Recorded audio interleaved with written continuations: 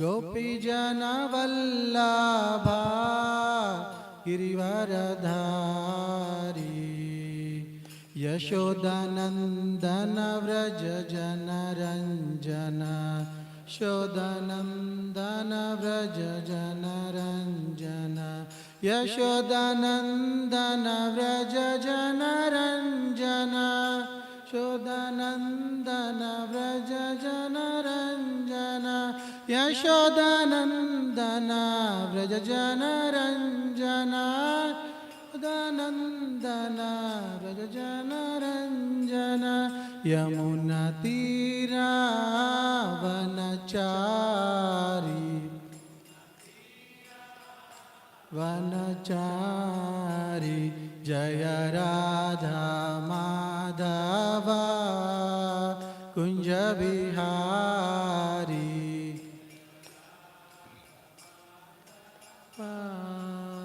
कुंज बिहारी हरे कृष्णा कृष्ण कृष्ण हरे हरे हरे राम राम राम हरे हरे हरे कृष्ण हरे कृष्ण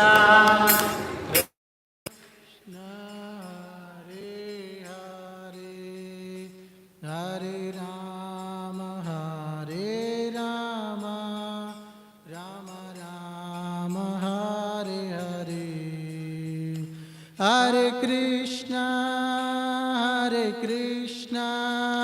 कृष्ण कृष्ण हरे हरे हरे राम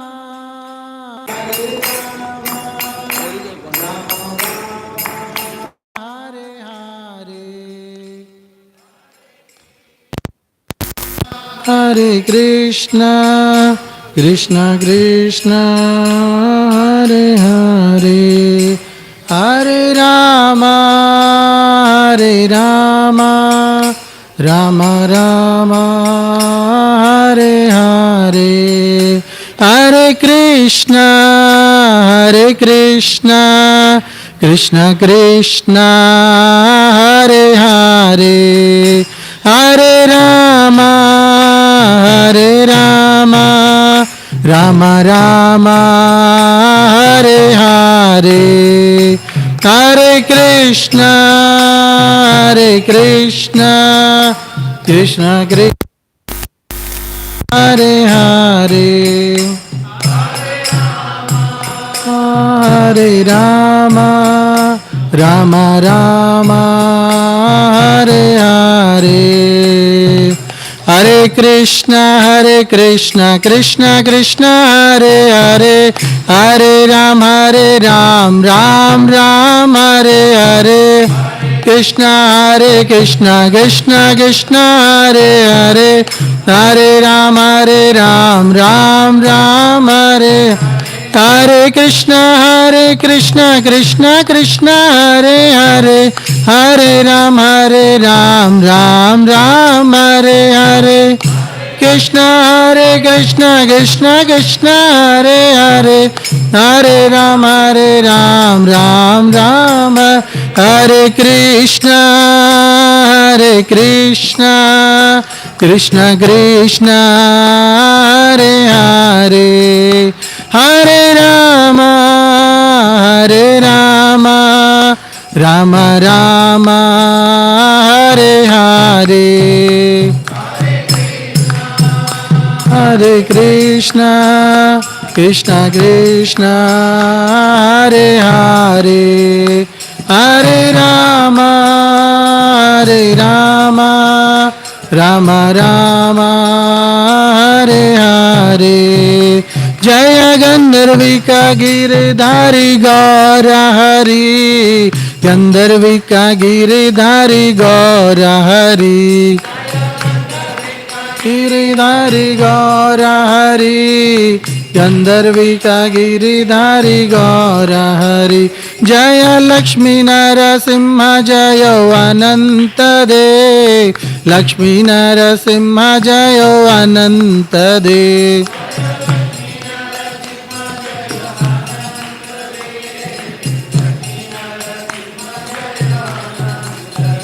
जय जय प्रभुपाद प्रभुपाद प्रभुपाद जय जय प्रभुपाद जय प्रभुपाद प्रभुपाद प्रभुपाद जय जय प्रभुपाद जय जय गुरुदेव गुरुदेव गुरुदेव जय जय गुरुदेव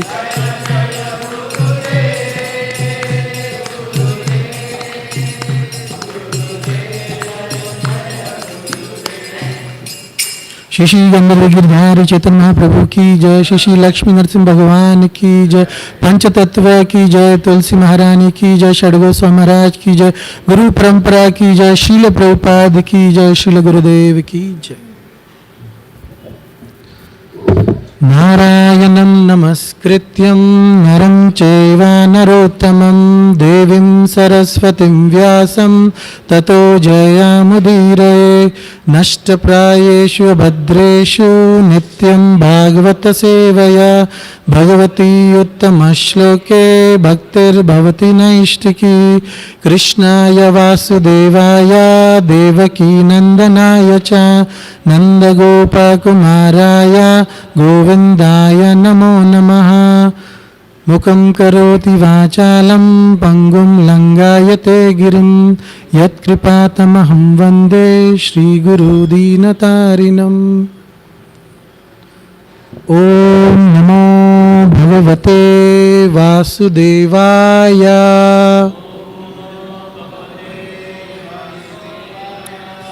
ॐ नमो भगवते वासुदेवाय।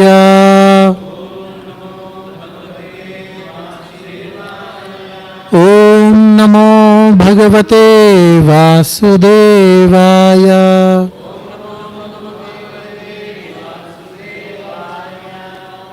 Reading from Srimad Bhagavatam, Canto 6, Chapter 7, Verse number 23. Bhagavan Vishtapasya Prakshinam Guruvatikramat Samprati Upachitan Bhuya Kavyam Maradhya Bhaktita Adidhiran Nilayanam Mamapi Bhugudevata Bhagavan Vishtapasya Prakshinam Guruvatikramat Samprati Upachitan Bhuya Kavyam Maradhya Bhaktita Adadhiran Nilayanam Mamapi Bhugudevata Bhagavan Vishtapasya Prakshinam Guruvatikramat Samprati Upachitan Bhuya Kavyam Maradhya Bhaktita Adidhiran Nilayanam Mamapi Bhugudevata. Prabhuji want to recite. Bhagavan Vishtapasya Prakshinam Guruvatikramat Samprati Upachitan Bhuya Kavyam Maradhya Bhaktita Adidhiran Nilayanam Mamapi Bhrugudevata.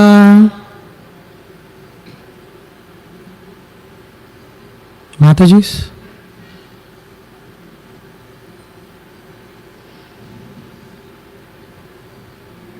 Okay, so we'll read word to word translation.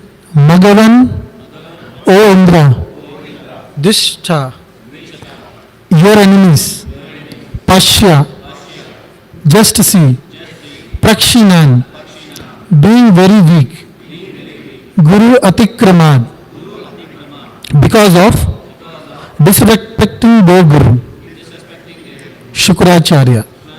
Samprati, at the present moment. Upachitan, powerful. Bhuya, again. Kavyam, their spiritual master. Shukracharya. Aradhya, worshipping. Bhaktita, with great devotion. Adidhiram, may take away. Nilayanam, the abode Satyaloka. Mama, my. Api, even. Bhrigu Devata, who are now strong devotees of Shukracharya, the disciple of Bhrigu. Translation and purport by His Divine Grace A.C. Bhakti Vedanta Srila Prabhupada ki Jai. Translation. O Indra, your enemies, the demons, were extremely weak because of their disrespect towards Shukracharya. But since they have now worshipped Shukracharya with great devotion, they have again become powerful. By their devotion to Shukracharya, they have increased their strength so much that now they are even able to easily seize my abode from me. So this is Lord Brahma saying. Purport. Lord Brahma wanted to point out to the demigods that by the strength of the Guru, one can become most powerful within this world, and by the displeasure of Guru, one can lose everything. This is confirmed in the song of Vishwanath Chakravarti Thakur, Yasya Prasadat Bhagavat Prasado Yasya Prasadan Nagati Kutopi. By the mercy of spiritual master, one is benedicted by the mercy of Krishna. Without the grace of spiritual master, one cannot make any advancement. Although the demons are insignificant in comparison to Lord Brahma, because of their strength to their Guru, they were so powerful that they could even seize Brahma Loka from Lord Brahma. We therefore pray to the spiritual master. Mukam karoti vachalam pangum langayate giram yat kripatamaham vande Shri Guru Dina Tarinam.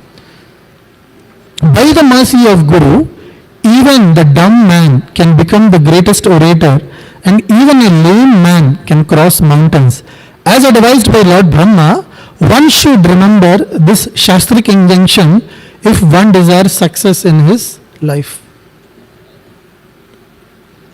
Om Ajnanatimidandasya Jnananjalashalakaya Chakshurunmilitam Yena Tasmai Shri Guruve Namaha. Shri Chaitanya Manobhishtam Stapitam Yena Bhutale Swayam Rupa Kadamahyam Dadanti Swapadantikam Vandeham Shri Guru Shri Yuta Padakamalam Shri Gurun Vaishnavamsha Shri Rupam Sagrajatam Sahagana Ragunatham Vitantam Sadivam Sadvaitam Savadutam Parijana Sahitam Krishna Chaitanya Devam Shri Radha Krishna Padan Sahagana Lalita Shri Vishakam Vitamsha.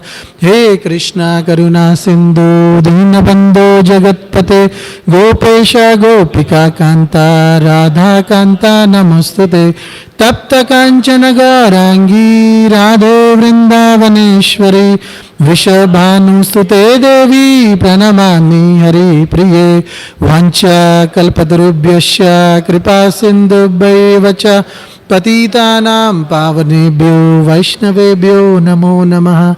Nama Om Vishnupadaya Krishna Preshtaya Bhutale Srimate Bhakti Vedanta Swaminiti Namine. Namaste Saraswate Deve Gauravani Pracharine Nirvisesha Shunyavadi Pashyata Deshatarine. Jai Shri Krishna Chaitanya Prabhu Nityananda Shri Advaita Gadadara Shivasadi Gaura Bhakta Vrinda. Hare Krishna Krishna Krishna Hare Hare Hare Rama Rama Rama Hare Hare.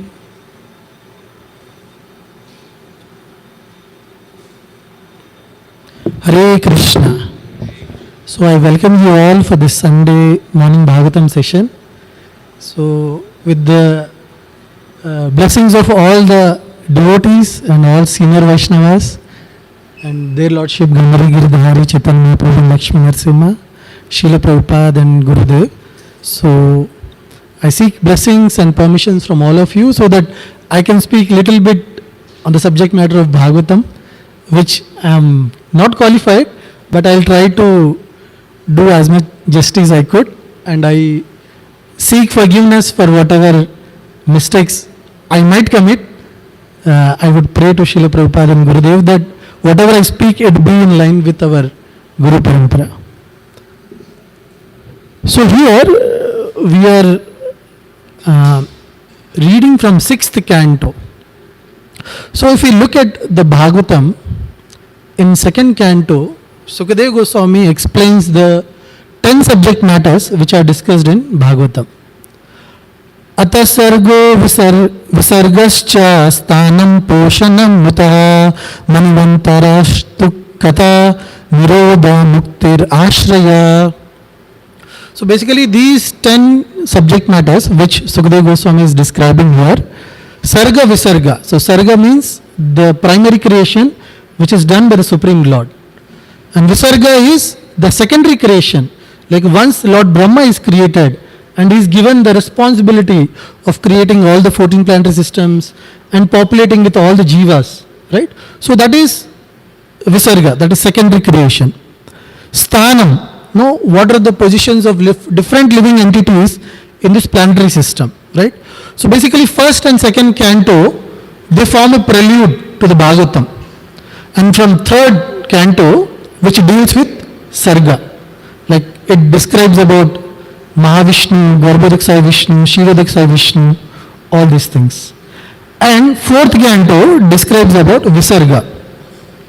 And 5th describes about Sthana, like different living entities who are there in different planetary system. And the 6th canto describes about Poshanam, which is about Lord giving protection to his devotees, right? So we have seen in the 6th canto at the start, there are 3 chapters which describe about Ajamal's story, right?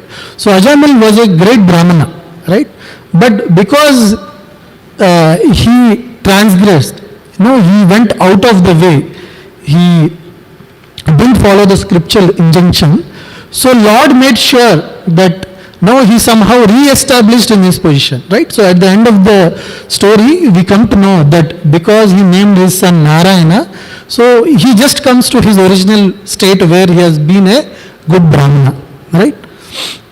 Then there is Uti, the next topic, which talks about a different inclination, like inclination to do good things, inclination to do bad things. So this is in the 7th canto, where we can see descriptions of Prahlad Maharaj and Hiranyakashipu.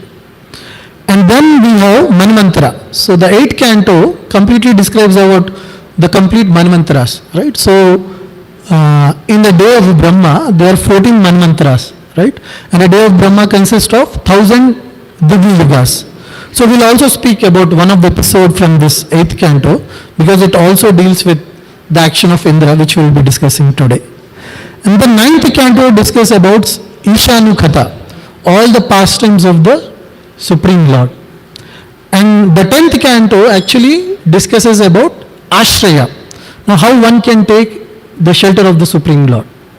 And the 11th canto discusses about Mukti, and 12th canto discusses about Nirodha, which is destruction. So basically in the 12th canto we see a lot of descriptions about how the Kali Yuga would progress and how the people would degrade. And eventually there are descriptions about the annihilation, different kinds of annihilation of the universe, of the Brahmanda, right? So in this 6th canto, we see the Poshanam part, where the Supreme Lord is actually saving his devotees from whatever actions they would have committed, probably they would have degraded. Like we have seen already one case of Ajamil, right? Then after the story of Ajamil, Sukadeva Goswami, he again goes back to this Visarga subject matter, where he talks about Daksha, Prajapati Daksha. He is given order by Lord Brahma to actually progenate, to populate the material world. So in that case, we have already seen that how Prajapati Daksha, he actually begets 10,000 sons. And then he sends all his 10,000 sons to do tapasya, right? Because if they have to populate, they have to enter into Grihastha ashram. And even to enter Grihastha ashram, Prajapati Daksha is suggesting his 10,000 sons to do some tapasya, right? So with this we can know that entering into Grihastha ashram is not an ordinary thing, right? We have to do tapasya, learn how to stay in the Grihastha ashram, and then only we can think of coming to Grihastha ashram, right? So we have seen many times when young devotees, when they take the decision of getting married, so it is seen that they are enough counseled. Now they understand the subject matters of Grihastha, they know what to expect from Grihastha ashram and what they have to perform in the Grihastha ashram, right? So in a similar manner, Daksha, he sent his sons, 10,000 sons, to do tapasya. But what happened? All the 10,000 sons, they meet Srila Narad Muni. And we have seen this episode, right? So how Narad Muni, he sees that how wonderfully they are performing austerities, tapasya. Then he thinks, why should they neglect the goal of the life and they should just be in the cycle of birth and death, trying to progenate and then trying to take care of their family and then getting into this material world. Then he encourages them and he informs them about the goal of the life. Then by this we know that they take to brahmachari and they reject the proposal of their father Daksha to further progenate, right? And then we know Daksha becomes very angry and then again he begets another 1,000 sons. And again it is the same episode. They also go for tapasya and then Narad Muni meets them and again he encourages, telling them the goal of the life, and then he encourages, see your brothers, you have to walk in the footsteps of your brothers.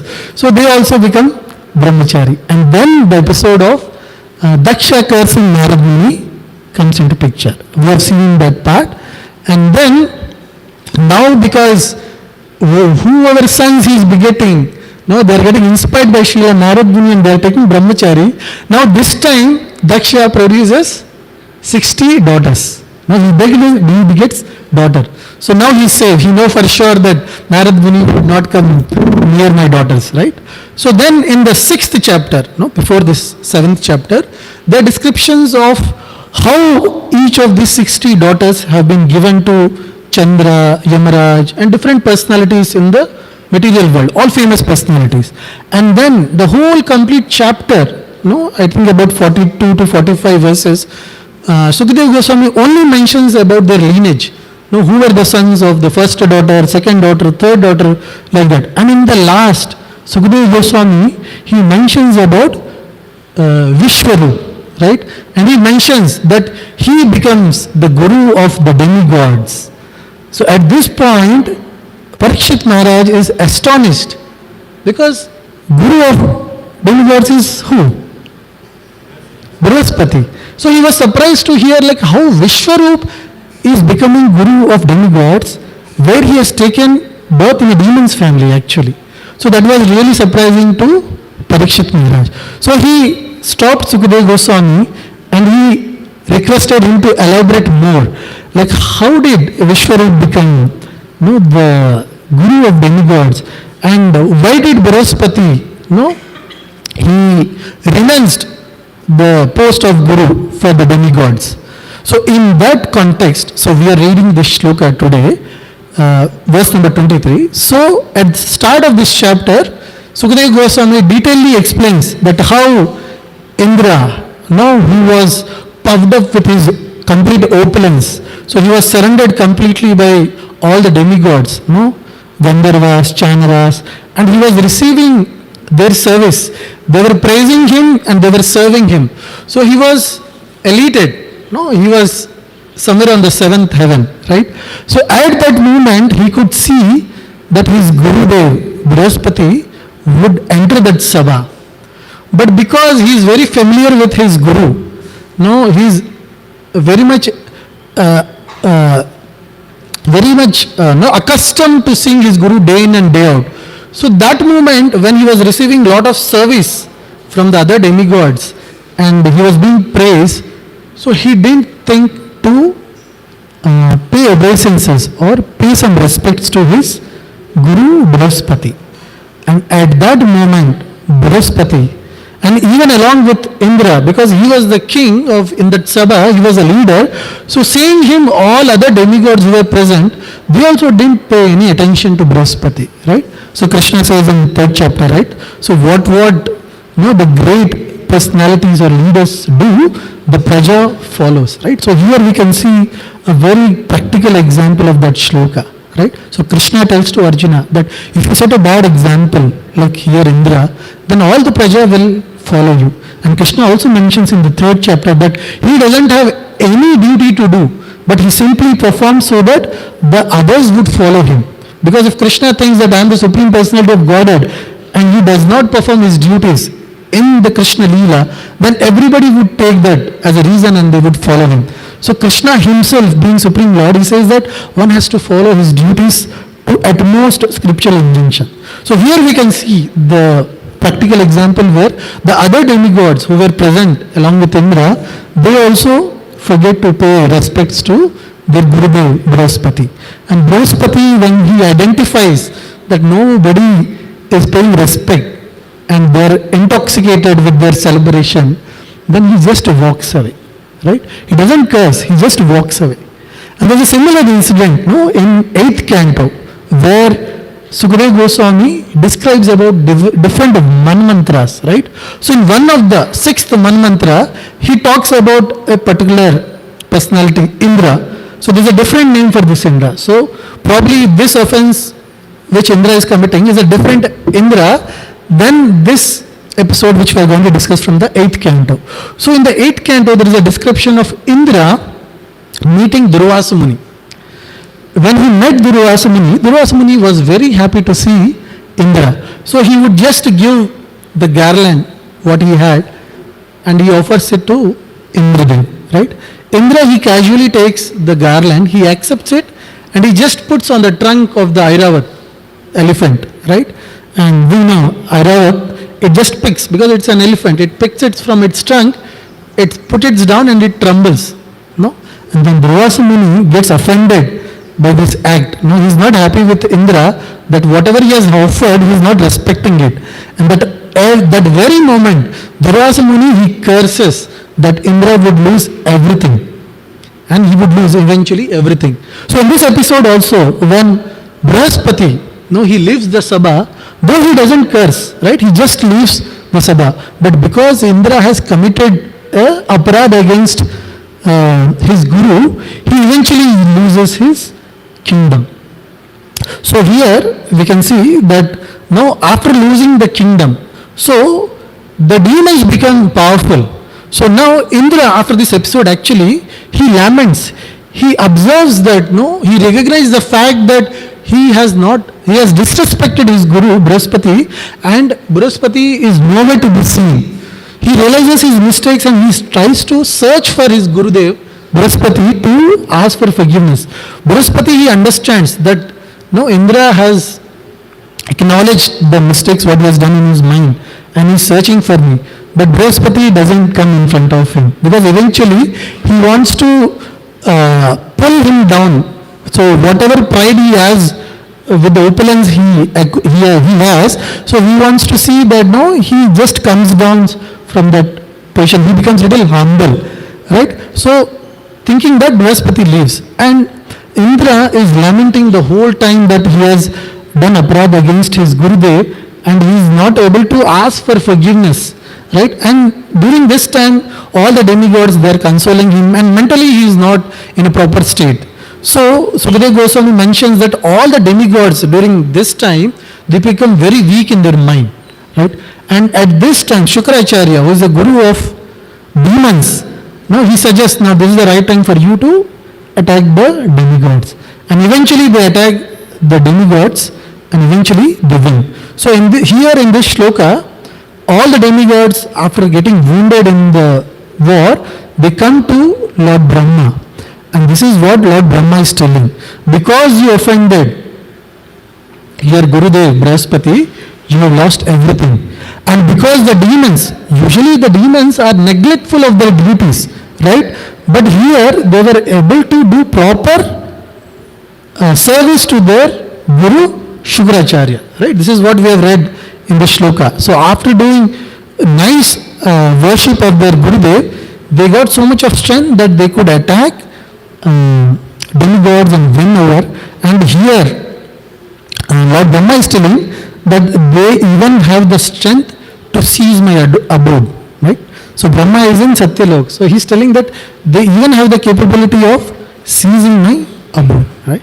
So here we can see that how when we commit a offense to a great personalities, how we lose everything, right? So a person can be proud of many material possessions, right? So someone may be having Ashwarya, right? Opulence, they may have good birth, they may have lot of bodily beauty.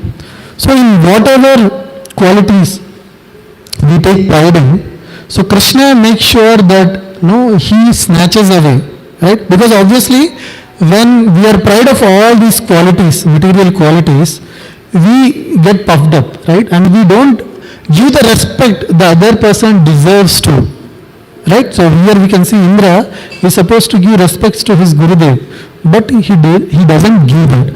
Even practically in our Krishna conscious life also, when we deal with devotees or great senior Vaishnavas, so if we are puffed up with our material position, no, we have so much of Lakshmi, or there's a big bank balance we have, or we are good orator, we are very good at giving class in Bhagavatam, we have great knowledge, or we are bodily very beautiful, right? Everybody praises us whenever we come to temple that you look so beautiful in your dress, right? So when we are puffed up with all these material qualities, naturally we would tend to commit offense to a devotee. And because the devotees are very soft in their heart, they may not mind, or they may not even curse, or they may not even feel it very offensive. But here if you see, Brahaspati, he just left. And Dhruvasamuni, he cursed him, he felt offended, right? But still, in both cases, Indra lost everything what he had, right? So similarly, whether when we offend a devotee, whether they feel bad, they forgive us, it doesn't matter, because the moment we have committed offense to them, so we are into a curse automatically, right? So we degrade ourselves, we lose all the possessions what we have.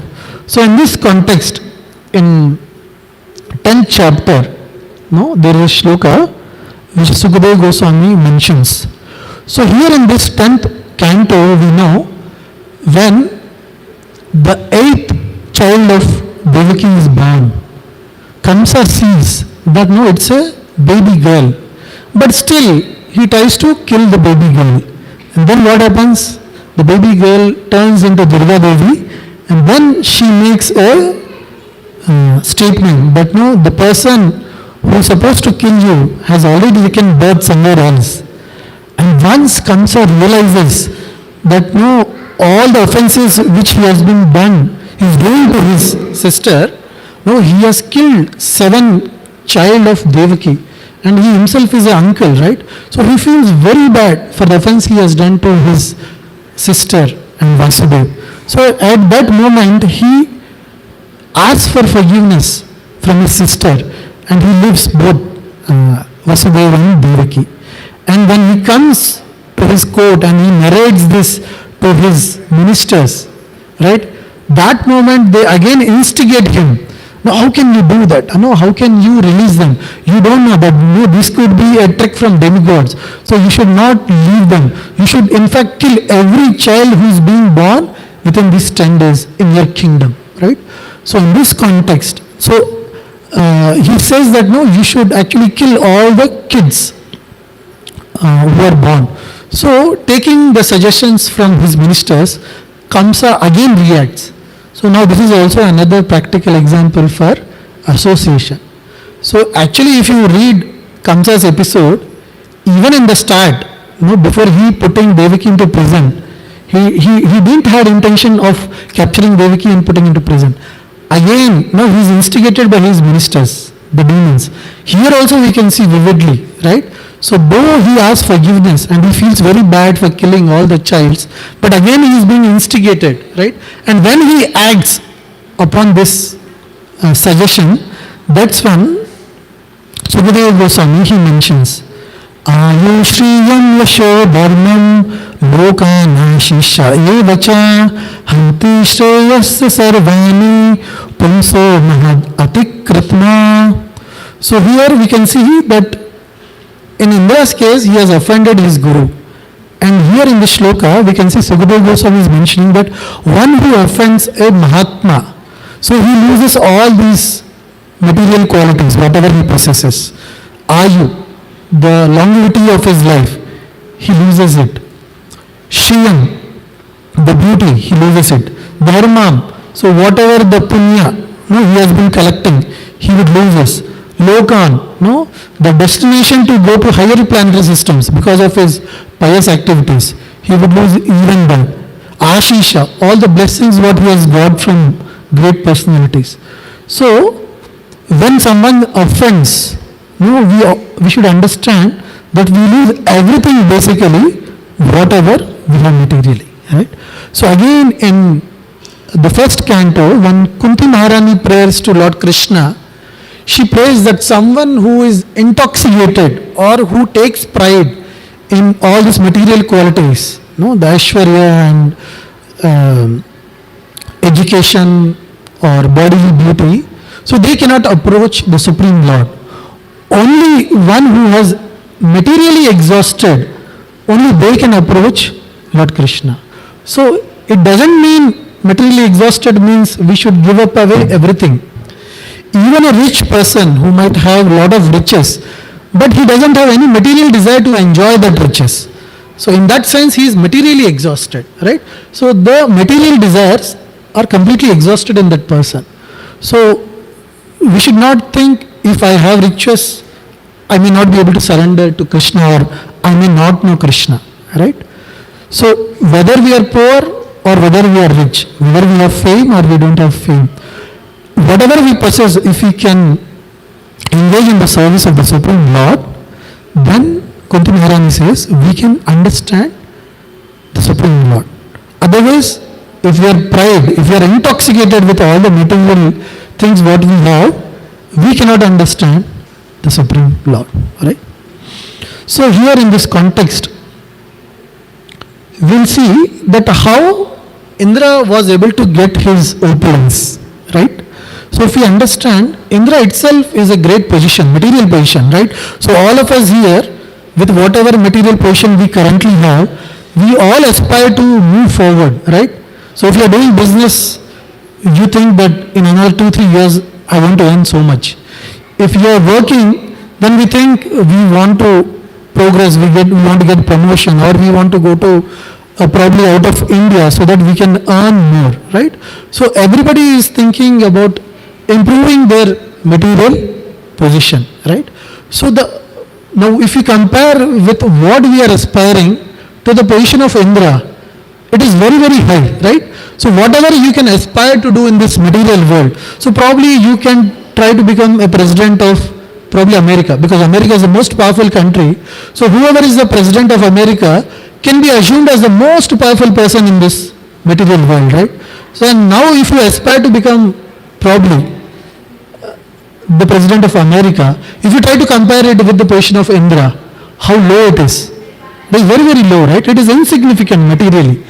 But when Indra had so much of opulence, we see now and then descriptions from Bhagavatam, how Indra tends to commit mistake, right? So of course, because Krishna wants to use great personalities as an example to show us. No, actually these things are mentioned for us to learn. It is not for us to criticize or offend the great devotees like Lord Indra, right? So if you look at the Ayu of Lord Indra, he lives for almost 74 Divya Yugas. That means 74 into 1000 into all the 4 Yuga years. So probably 74 into 1000 into probably 30 lakhs. So that is the Ayu of Indra. Then you can understand in a material world, with whatever opulence someone has, he would bound to commit some mistakes. And these are the few mistakes, no, which are mentioned in Bhagavatam. But if we aspire for such positions, then it would become a great hindrance for us to progress in our devotional service, right? So in 4th chapter, Bhagavad Gita, Krishna explains the different types of activities, right? Karma, right? It is called Karma Yoga. I think 3rd chapter is called Karma Yoga. This is Transcendental Yoga, like work in Transcendental. So Krishna tells that it is very intricate to understand karma, right? And we all understand. So we have seen so many episodes, like Dhritarashtra comes and he asks, right, I have got 100 sons, and before my death I could see, like before in front of me I could see that they are all dying. So begetting 100 sons is a great boon actually. One should have so much of Sukriti to actually beget 100 sons. And he is astonished, and how much he should have done sinful activities that after begetting 100 sons he has lost all of them, not even one was alive, right? So with that episodes we understand how intricacy is to understand karma, right? So in this context Krishna says, because it is very intricacy to understand the law of karma, one should thoroughly have knowledge of karma, vikarma, akarma, right? One should know what is action, one should know what is forbidden action, and one should know what is inaction, right? So for example, if we want to aspire to become Indra, or if we want to aspire whatever we are aspiring materially, so what actions we are supposed to perform? Karma, right? The good pious activities. So when we do a lot of pious activities, like for example, a crude example would be if there is a husband, now he takes care of his wife, his children, his mother and parents very nicely. So that's a pious activity. He is not connecting his activities to Krishna. No, he is not surrendering all his activities to Krishna. He is just doing as a matter of duty. So in that case, he gets a lot of Sukriti. And because he has done his dharma very rightly, so he may be awarded with so many riches or good birth or fame in next birth, right? So now let's try to understand this with an example. So we all have the ability to run. Let's assume there is a running race where you are supposed to run from point A to point B. So the sooner you reach point B, you are a winner, right? So if you are able to run alone, no, without anything, you can run very fast. But let's assume you are supposed to have a bucket full of water. Whether that water is pure or it is dirty, it doesn't matter, right? So if you do lot of Sukriti, you get lot of things to anubhav. No, you have to actually take those and you have to anubhav all those good karma, whatever you have done.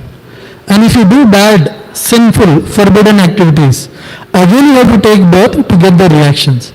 So in the both case, from the material perspective, it may seem that doing vikarma, no, forbidden action would bind us.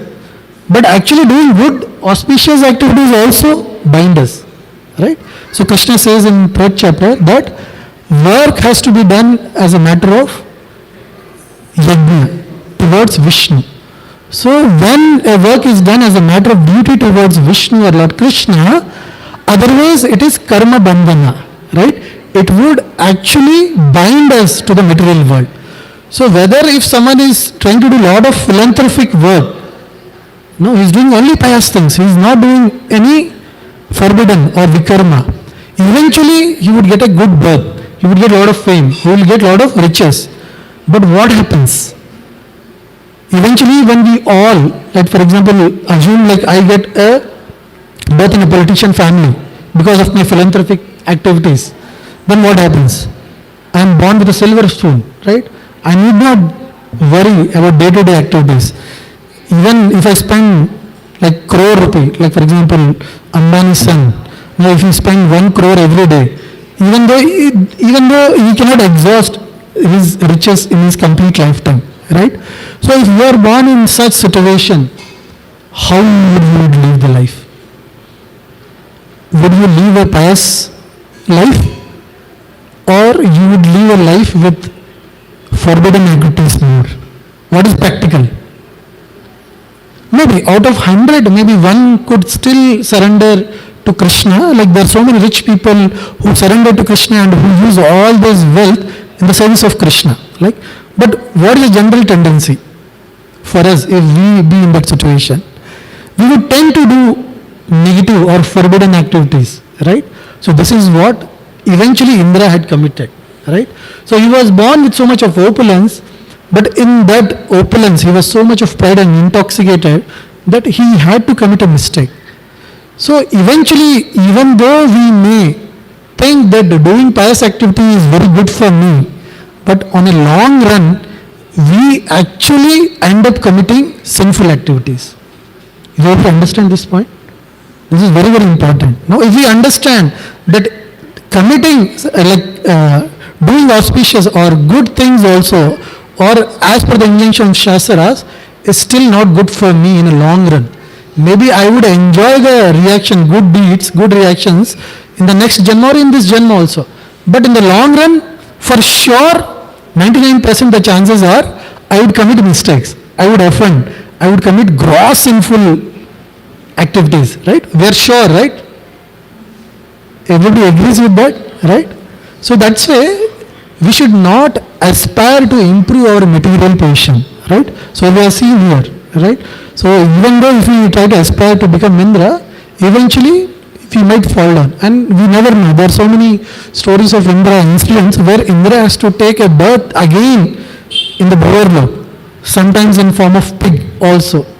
So what is the use of such opulence, right? So that's where we have to, like as Kunti Maharani says, no, one has to materially exhaust. No, we should exhaust from all the material desires with whatever we have, with whatever Aishwarya or opulence or fame or knowledge, whatever we have, we should try to just engage all of them in Krishna's seva, right? So in this context, in the first canto, when the Kali Purusha, he comes and is beating the bull and the cow, Parikshit Maharaj, he sees, right? And then we know that how Kali Purusha, he falls at the feet of Parikshit Maharaj and he asks for forgiveness. And he says that now I am doing Sharanagati, you please give me a place in your kingdom, right? So because Parikshit Maharaj was a Kshatriya, he couldn't deny shelter to anyone who would come to him, right? Because those are the Kshatriya code of conduct, like any woman. So that's why we hear these descriptions like Kshatriyas were having so many wives. Because any woman who comes to Kshatriya and says that you have to give shelter to me lifelong, he cannot say no. He have to just accept and protect that woman lifelong. And even anyone who says, no, we are having some problem, you please come and protect. The Kshatriya cannot say, no, I have some personal business to do. No. He has to obey, if they ask for protection. So here in this case also, when Kali Purush, he surrenders and asks for place to stay. So Parikshit Maharaj, he gives the 5 places, we know, right? Wherever there is intoxication, meat eating, illicit relationship, gambling, and finally where there is ill-acquired wealth, acquiring wealth more than required, right? At that place, Parikshit Maharaj gives a place for Kali Purusha to stay. So in the 18th chapter, where Parikshit Maharaj is being cursed by the Brahmana boy, right? So ultimately, the Kali empowers the Brahmana boy, right? His father himself repents that for a small mistake which Parikshit Maharaj has done, you have taken advantage of the power you had, right? So his father himself repents. So we eventually see that Kali empowers that little Shringi, and then he misuses his Brahmanical powers. So in this chapter where Parikshit Maharaj is being cursed by the Brahman boy, Prabhupada mentions, or Sukadeva Goswami mentions in one of the shloka that Parikshit Maharaj was able to see good in the Kali Purusha. Because in the age of Kali, there are so many advantages. And Sukadeva Goswami mentions one in that particular shloka, that whatever auspicious thing or good thing we think in our mind, even though we may not be doing physically, we get the results of that in Kali Yuga. And whatever forbidden things we try to think of in Kali Yuga, in your mind, you are not doing, you are thinking. So you would not get bad reactions. Only when you do physically, you get reactions, right? So after the Bhagavatam class, after Gopi Geet, we all gather together, we talk, right? So in mind we are thinking, outwardly we tell, oh Prabhu, we are all good because of your mercy, we are all doing good. But in mind we are thinking, can you please leave us? The line in Prashadam queue is already big. We have to go. Right? We offend. Right? But we don't get reaction. But eventually, that thinking is not good, because eventually when we have that nature, we eventually do it in action. But here in the shloka, Parikshit Maharaj, he takes that goodness of Kali Purusha, that in Kali Yuga, people are not given bad reactions for whatever bad they think.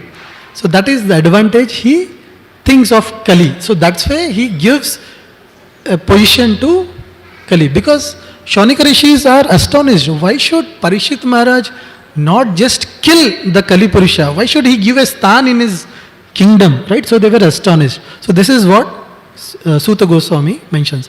And in purport, Prabhupada mentions that in Kali Yuga, it is very, very easy for one to attain the Supreme Lord. Right? So this is also confirmed in our 12th canto. Right? So when Sukadeva Goswami is giving all the descriptions of how dreadful the Kali Yuga would be, now what would the nature, the qualities of the people, right? So they will be sumanda, very lazy, always disturbed. There would not be a moment where they are not disturbed, right? Even now when we are hearing, we are thinking of something else. No, we are disturbed by our mind. No, what else? No, after having prasadam, where we should go and do our household activities, because we get only Saturday and Sunday to do our work. And from Monday probably we are all busy with kids, our household activities, our job, our business, right? So in 12th canto it is mentioned that everybody in Kali Yuga is disturbed every moment. There is not a moment where they are feeling satisfied, peaceful. In general lecture, it is not related to devotees, but in general. So in that context, Sukadeva Goswami, Parikshit Maharaj, he asked that, you are telling so many bad qualities about Kali Yuga. Is there any good quality? Right? So that's when Sukadeva Goswami, he mentions, Kaler doshanide rajan asti hi eko mahan guna kirtanad eva krishnasya mukta sangha param vraje. So in this Kali Yuga, it is an ocean of faults. But there is one good quality about this Kali Yuga. What is that? Anybody who takes up to the chanting of Hare Krishna, Krishna Krishna, Hare Hare, Hare Ram, Ram Ram, Hare Hare. He can just come out of the cycle of birth and death and go back to Godhead. In fact, he can get God realization. To an extent what the great rishis in Satyuga were able to get after performing tapasya for 20,000 years, 40,000 years, 50,000 years. So in Kali Yuga, the process of realization God, the process of knowing God, the process of doing devotional, loving service towards God has become very easy. Right? So this is the great Mahan Guna which the Kali Yuga has. So now we have seen that whatever activities we do, so it actually determines our future. So whether we want to do karma, vikarma, akarma, right? So eventually we want to do akarma. Akarma are the activities which doesn't have any positive or negative reactions. So those are the activities which are done surrendering to the Supreme Personality of Godhead, right? So here in Kurukshetra war also, Krishna tells that you have to do this act of war in Nishkama Karma, right?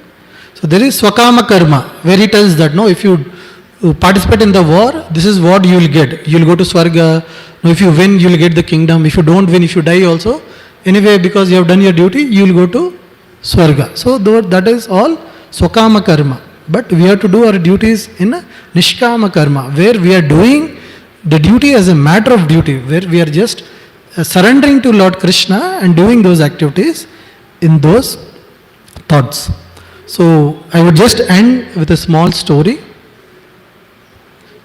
So once there was a person who was going in a boat, right? And it was very windy, stormy weather, so he couldn't figure out where he was going. So eventually when the wind or the storm subsided, he just came to a shore of an island.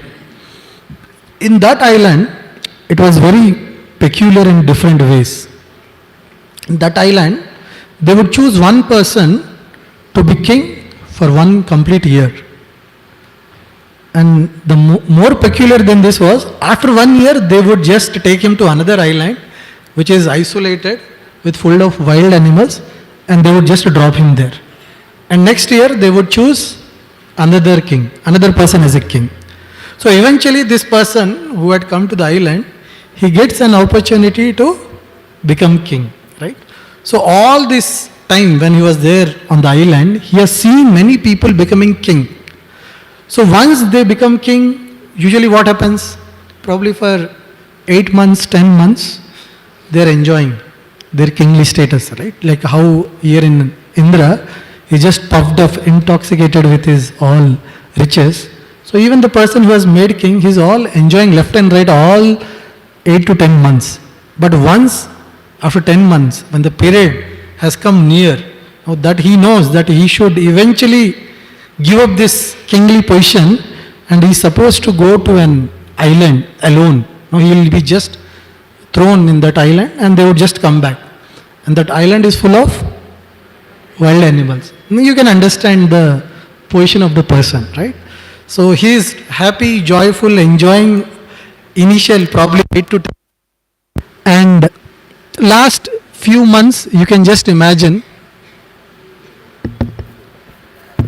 Hare Krishna. Right. So you can just imagine the position of a person, right? So when this person, who was very new to this island, when he got an opportunity to become king, so everybody knew what is going to happen with him. So first 10 months, enjoy. Last 2 months, dejected, probably going into dejection. But this person, 10 months have been passed, he's enjoying, he's doing all these day-to-day activities. And after 10 months, everybody is looking at him, he's still normal. He's not feeling afraid. He's not feeling that he's gonna lose this kingly position. He has to renounce this and go to an island where probably he would have to face the wild animals alone. So 11th month has passed. Last 2 weeks for him to drop onto the island. Now everybody is surprised that he is very calm and happy. He's being the same person what he was there on the day 1.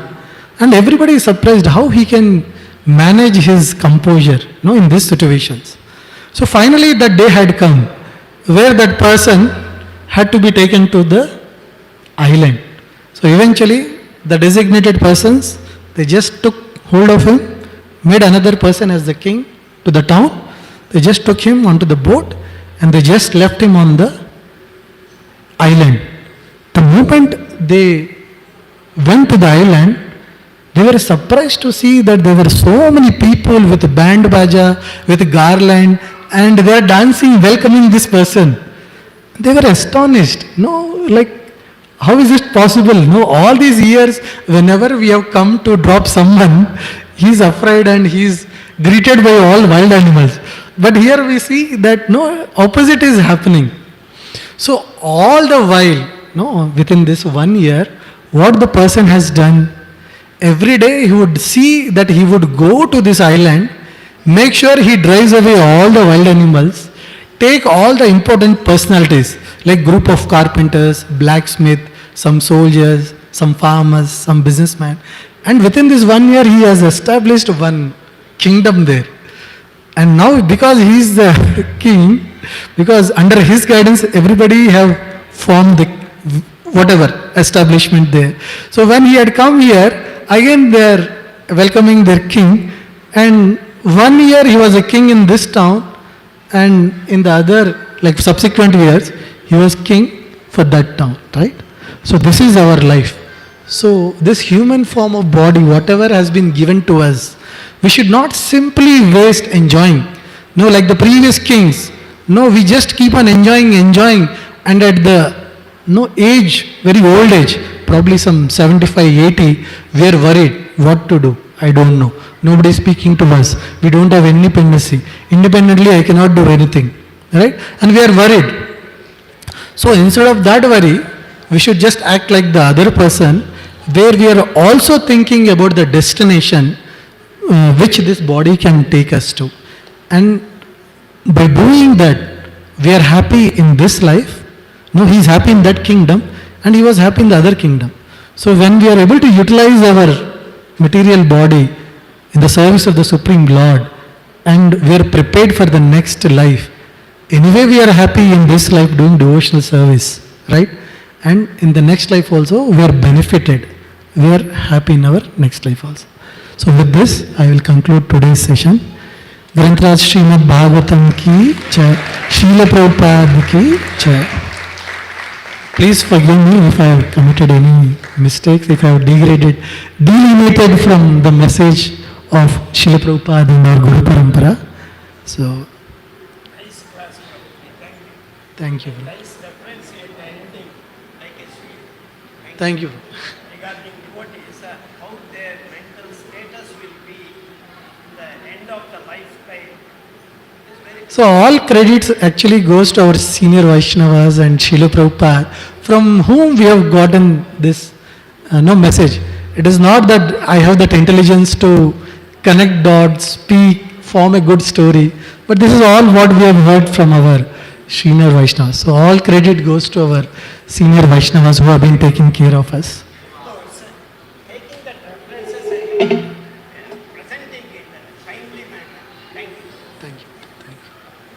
The difference from outside world without Krishna consciousness and within the Krishna consciousness state of lifestyle is a very good example. Thank you. Thank you, Prabhu. Hare Krishna. I have been motivated now again. Thank you, Prabhu. Thank you. Anybody is having any questions or any comments?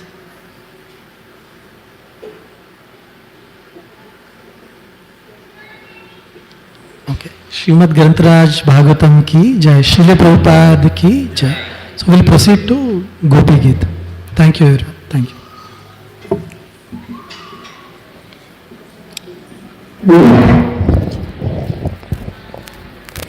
Kindly be seated. So I think Kannada class is still going on, so maybe we'll have to wait to Gopi Geet to start. Before that, we would like to thank Saumya Ragunath Prabhu.